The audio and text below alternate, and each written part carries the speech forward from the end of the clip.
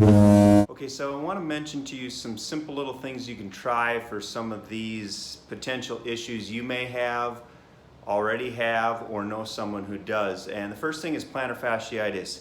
If the bottom of your foot in the arch area or your heel or your Achilles tendon is bothering you, simply try to roll probably a hard plastic bottle is going to work best, and I generally like to do it seated. But you're rolling the arch of the foot back to the heel and going back and forth, kind of massaging that area with the water bottle. So that's something you could do for plantar fasciitis. The next thing I want to talk about is acid reflux. So if you've got issues while you're sleeping at night and you feel the acid coming up into your throat with the reflux symptoms, try to sleep on your back or your left side. Don't sleep on your right side, because that generally oftentimes makes it worse or causes it to happen. So if you're sleeping on your left side because of the way the organs are internally, or on your back, you'll probably or potentially avoid some of those reflux symptoms with the acidity in the throat.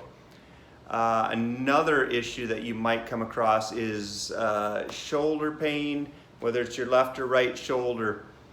Try not to sleep on your left or right side. Try to sleep on your back. When you're constantly sleeping on the left or the right shoulder, you are never giving it a break and allowing it to heal itself when you've got that body weight sleeping on it all the time, every night. So try to sleep on your back as far as that goes.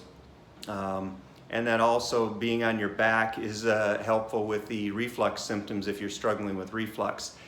Another thing to keep in mind is if you are having numbness in your hands or your arms while sleeping on your back, or your sides for that matter, sleep on your back with your arms close to your sides. Sometimes I find with people even having them out a little ways from the body, and certainly if you're one side or the other, you potentially are getting the numbness from having the arms away from the body. So the closer they are to the body, the better off you may be to help avoid some of those numb sensations or numbing sensations that you're getting in the arms and the hands.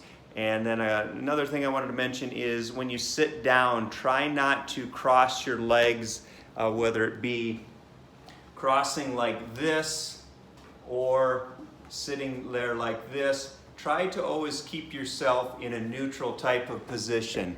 Potentially you are causing your knees and your hips to have pain, as well as your low back. You may be able to avoid some of that pain in the knee joint and the hip joint, or both the knee joints and hip joints, as well as the low back, if you aren't crossing the legs. And same thing as when you're sleeping as well. Try to keep those legs straight while you're sleeping on your back to avoid some of those potential issues that you may be struggling with or someone you know is struggling with.